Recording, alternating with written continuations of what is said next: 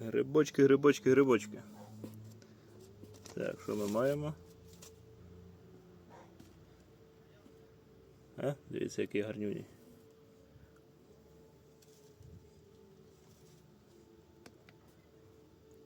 Так, що я придумав?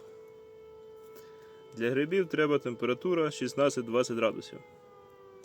Так як зараз на вулиці 30 градусів, я роблю наступне. Ставлю сіточку, на неї ставлю заморожену пляшку з водою і накриваю це зверху картонкою.